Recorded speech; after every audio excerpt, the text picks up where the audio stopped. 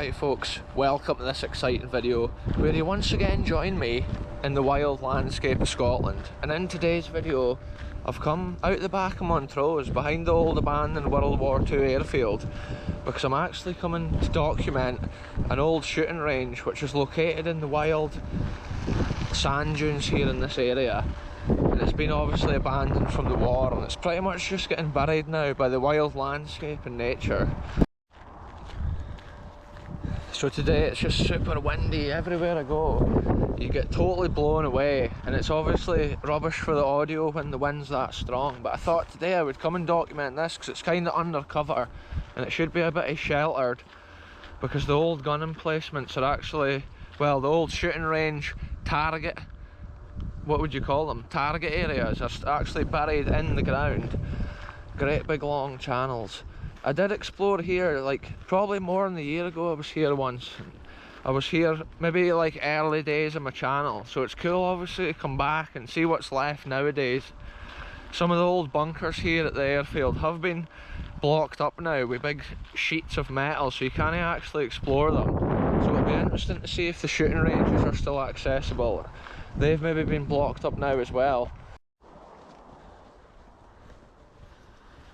So these bushes make excellent cover from the wind, and I just love seeing the wild landscapes, often that the history is hidden in the middle of. Every year the sand dunes move and they're putting more pressure on these old target ranges. Before you know it, once they fall completely down, the history will be gone, and videos like this often just keep the history alive. The cool thing with these target areas that we're about to explore, they've still got like the metal pulley systems and that, where the targets would have been winched up, and then certain distances back they would have had the riflemen or the people shooting at the targets. So who knows what we'll find. There was one time years ago my mate actually found an old bullet casing on the ground when we were walking in this area, so that's cool. It shows there is history from the war just like lying about, waiting to be uncovered. And like I say, the movement of the sand dunes and that with the wind, it's just, the land's always changing. Sometimes history can get covered up, but also other history can get uncovered as the years pass. And it's cool just to document everything that this Montrose airfield has to offer, because it was used for training ever since the Great War. This has been operational, and then later times it was a training airfield. And it was one of the first operational airfields in the UK, and the history in this area is just vast. So it's interesting to see what little buildings remain from that era. So to find these old shooting ranges, we'll have to cross this little fence in front of us. There's a little wooden stile to get across the fence, and the landscape's just breathtaking. It's vast, like land, which at one time was just like sand dunes. This whole area at this side was at one time the old World War II airfield, and actually World War I airfield as well. That was the airfield basically at that side, like, and you can imagine the old tiger moths and vintage planes and stuff flying over, taking off. And then as the years and that progressed, the planes would have been advanced. Probably training that went on here was crucial to the frontline defence of the country.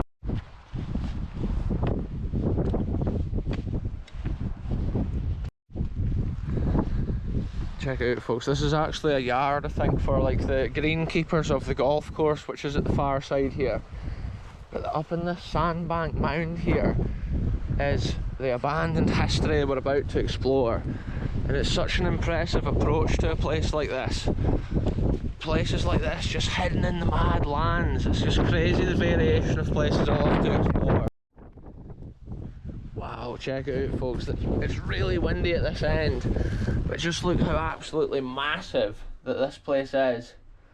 Wow, look at the size of these ferns at this time of year.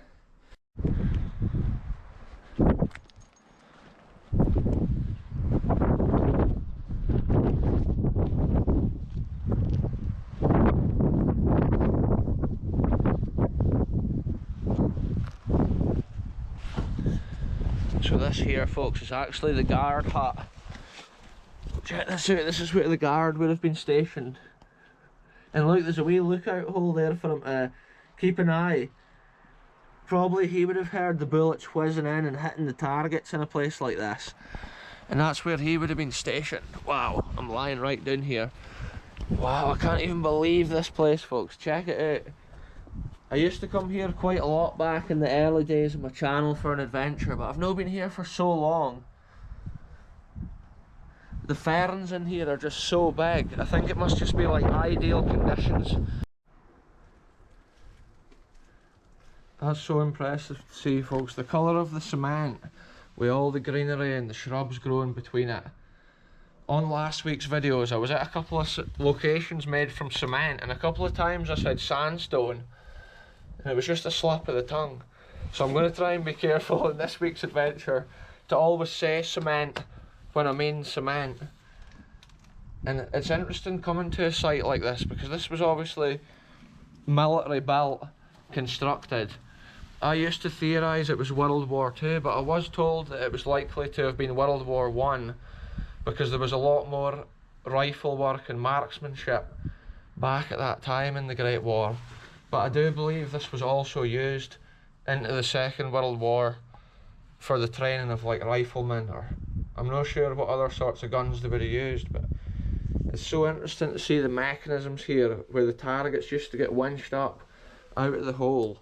And when you consider the length of this facility here, it's just incredible to think how many soldiers was likely to have been trained like here over the years of the war.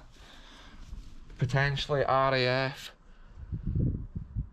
because the airfield was obviously like RAF related. But I think before the RAF was even formed, the first ever British flying squadrons actually operated out of this airfield here at Montrose, which is pretty interesting as well. The history is just so ancient. Another detail, along the back wall it's got these strange metal bits there sticking out, and I always theorised that was likely to have been for the targets. Maybe targets, or maybe even benches, because people must have sat in here and winched the targets up and down.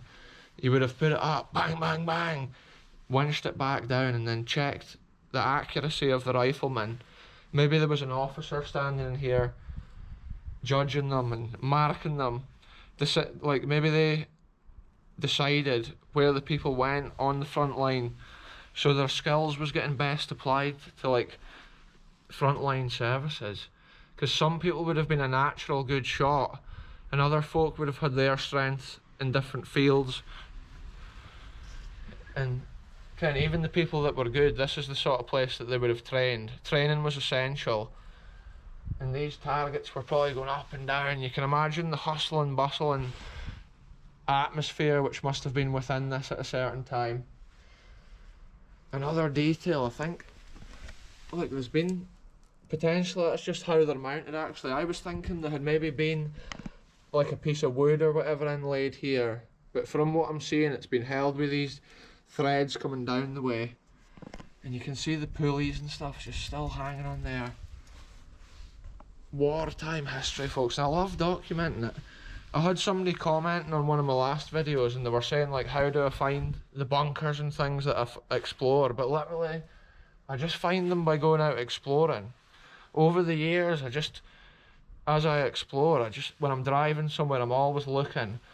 But also with military defences like bunkers and things, it's kind of obvious where they'll be roughly, because you can tell from the lie of the land which areas would have been defended and which areas wouldn't have needed defended so much. But yeah, it's often fun when you're out exploring and you find a piece of history for the first time. It's just so special to explore. And then even when you sometimes come back to places like this that I've been before in the early days of my channel, you often just notice little details of the history you missed before. But the character of this with the ferns growing up through the old ironwork, it's just special. And it's cool to record it and just imagine the people that served in the military at this time, and what a crucial time in like British history it was that places like this were operational. Like there's something either been scored in there, or it could have even been the people who made this. It's had like something in there mounted. I'm not sure if like it had some sort of wooden inlay on the inside of these walls or not. But for sure, originally when they were built, they would have put wooden shuttering in with a rebar and then poured the cement in. And that's how we see these marks of the wood. But yeah, it's just so overgrown from here on up. And you can look at the ground here and you can just see it's the sand of Montrose, folks. It's like places like this are built on the white sands and the sand dunes. And that's how it's cool to document it before the sand dunes take back over. But it is cool to see that this place is still open and able to be explored. But the cool thing with this area, there's actually a secondary firing range like this further over in the grass, and I think it's even older. Plus, it's even longer than this one. So we'll go and take a look at it. It's been so good getting in here out of the wind though, because today the wind is just extreme.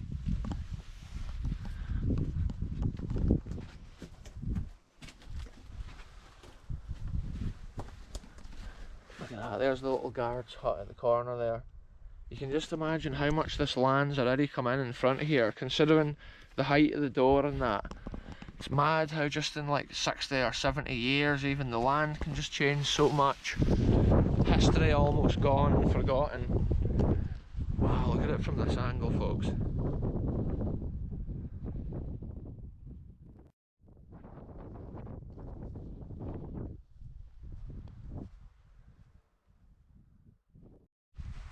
So check it out, folks, we've made it along to this second shooting range and the wind is just gusting so strong.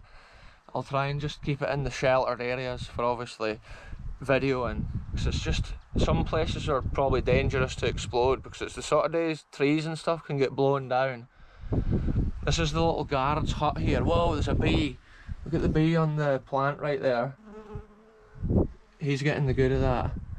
But yeah, this is the wee guard's hut, and that's where he would have looked out along the line of the shooting range. And I can actually see there was a bird just sitting right there on top. Wow. Wow, there's like wasps and things fleeing right around me there, folks. So you have to watch, because you can get bee and wasp hives and stuff at this time of year. And they can often be in the ground or on the ground, or even in structures like this, especially in areas where it's kind of out of the wind. But another thing, there's these cracks in the wall, this one, and this one's even closer to falling down than the last one that we explored. A cool detail here, you can actually see where there's been hinges like a door, potentially. Wow, I'm going to push my way in here a little bit here, folks, just to document this. Wow, this was crazy. I was just looking at this plant trying to think like if I was seeing ticks on it or not, because there's some sort of weird like black creature on there. But yeah, look at this. This is a mad scene, folks, right here. Look how long this shooting range is. It's just absolutely insane. Again, what? It looks clearer about halfway down. I think I'm going to climb out this side. Here, this looks like it's fallen down even worse since the last time I was here. The trouble with this one, it's leaning so far forward, folks. This back wall is just pushing. And that was why I theorised this was an even older one. An even older shooting range. Wow, I need to get out of this, up this bushy exit right here, folks. Wow, that was intense. The amount of spiky bushes and weird creatures in there. Just an absolute madness, folks. I'm way ahead a wee bit further down. Yeah, look at the wee lookout kind of hole there on the cement. It gives so much character to these places, like just the history of war, and it's right here on the British Isles. And it's crazy because it all happened not so long ago, but the next generation's almost like forgetting what was done just to save the country and that not so long ago. So much was put in places like this. Normal people who wanted to just live like a normal life, and they were getting sent away to the front line. They had no option but to defend the country at a crucial time. The people that were left at home wondering if they would ever see their family again, or wondering if their loved ones would ever come home from war. That's the other things you have to consider when you see these structures. Just the whole craziness of the war, folks, it's mad.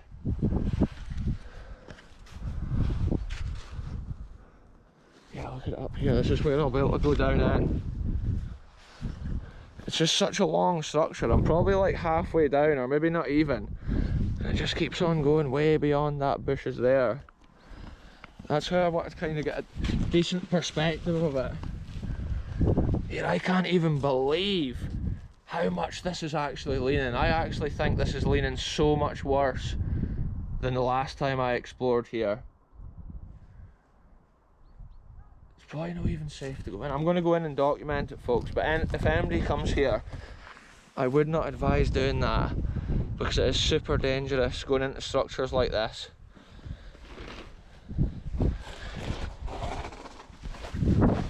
Here we are, we made it. Yeah, look how much it's leaning forward. I think it's worse than when I used to explore it. And that's why this video is cool, to document it at this time in its life. I would reckon maybe another couple of years and this is going to come right down. Most likely just a rebar or whatever holding it now. See, it's been built in sections and you can see how deep the well has been up the side for the targets. And look, this one's also got the same metal straps on the back wall. Yeah, it's cracking so bad. I remember it always leaned in, but now it's like we're on a planet that's like at a whole angle. And look, here's the old targets. Still turns. Here, imagine that noise when the targets were going up and down. Maybe they were better lubricated back in the day, but it would have been similar to that. Just that rumble all the time of the targets going up and down. Wow, it's so special, this place. Such a big construction.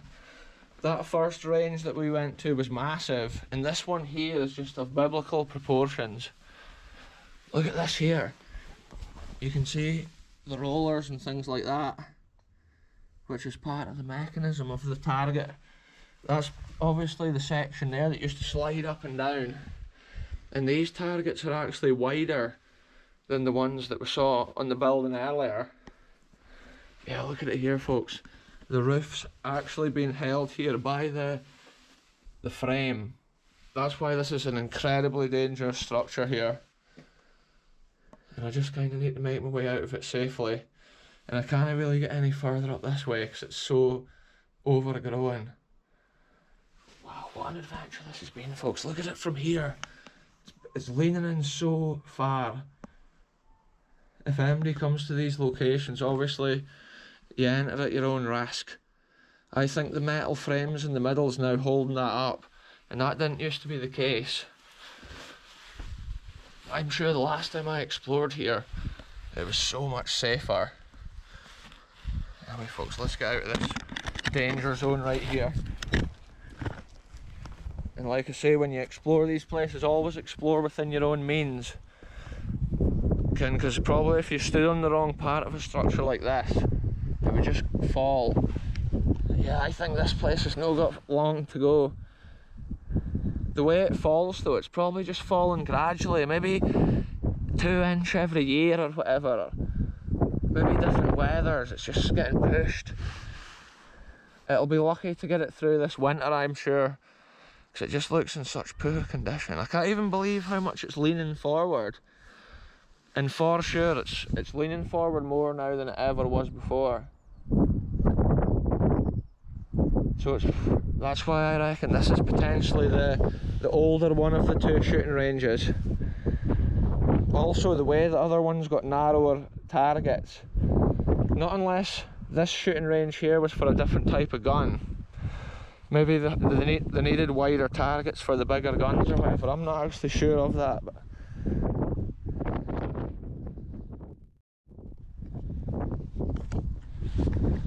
and years ago there also used to be the air raid shelters for the airfield. It was lining the whole area here.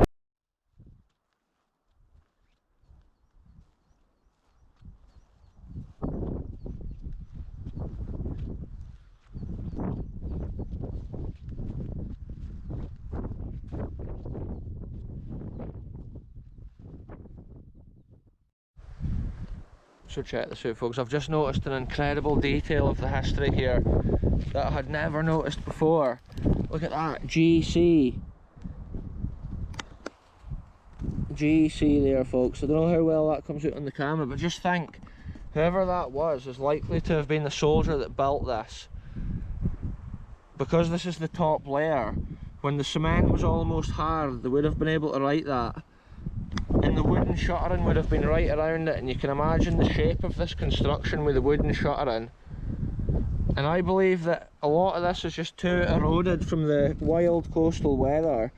But there may have been other names written on here years ago. But it's so cool to see that GC. And then that ties just the history together with a little story of somebody that may have been here constructing this. Maybe a military engineer of his time.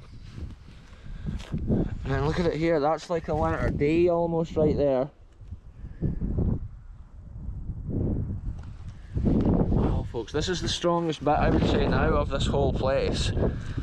This little entrance, kind of like guard's hut. Definitely the strongest bit, but it's getting pushed as well.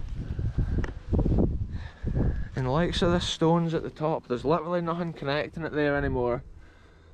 And it could fall down just, if somebody was to walk along the front of that, stepping on them, there's a fair chance bits of it could drop. And often with an old structure, if one thing falls, the rest of it falls. And videos like this are just going to keep the history alive, folks. Look at this here. Look, it's got the wooden section there, which must be an original feature. And I can actually see those have been the whole way along there, because I can see other nails on the back wall. And I remember noticing this bit of wood on previous adventures here, but it's cool to actually notice now that each target has had one of these for some reason. So it must have been for the storage or something. Whatever they were using here for the targets, they must have stored there, or surely the empty targets must have also been sitting where they could clip them on. But wow, it's been so cool to come and see it. It's probably been quite a short adventure, but on an extremely windy day like today, I just love coming and documenting stuff like this, keeping the history alive. And when I see the construction of that one and how it's standing now, it's literally going to fall over pretty soon. So that's been cool to come and check it out before it does fully fall down. And just check out this vast sea, like sand dunes. At the other side of that right there is the Great North Sea. And that's why it's often windy out on these plains of sand. But today, like, no matter where you go in Scotland, it's just so windy. Like, it's just the weather we're getting this weekend. But I try and come out and explore things like every chance I get, every weather.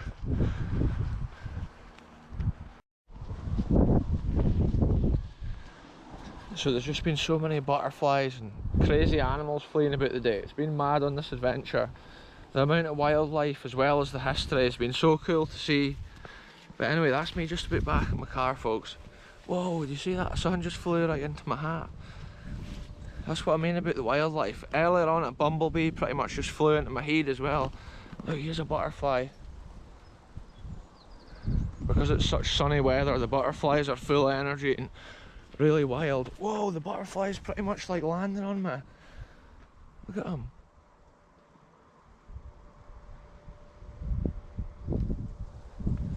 Like I say, folks, we're at one with nature on this channel, and that just goes to show the wildlife's just all around when I'm on these explores, and I just love seeing it. Sometimes by the time you get the camera out or something, the moment's gone, but other times when you take the camera out, like that butterfly, it just sat there so we could see it before it flew away. And it's just fun often having that, the animals and stuff of Scotland, as well as the wild landscapes and the abandoned history. Anyway, I'm just about back as far as my car, folks, so I'm going to end this video here. Thanks very much for watching, and I'll be back very soon with the next adventure, wherever I end up going.